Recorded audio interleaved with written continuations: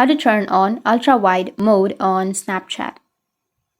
So if you want to turn on ultra wide mode on your Snapchat, then what you need to do is first make sure that you have a stable internet connection.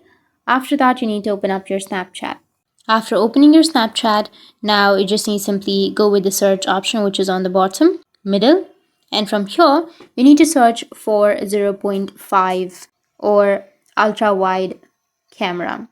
So once you choose that, or once you've searched, you just need to simply select any one of these filters. And after that, you can use this filter. But if you're using an iOS device, this is for the Android device, because in Android devices, we don't have the ultra wide mode. But if you're using an iPhone or iOS device, then you will have the ultra wide mode on the bottom right. You can just simply go with the drop down, which is on the right side. And here you will have the ultra wide option. You can just simply choose the ultra wide, and that's it.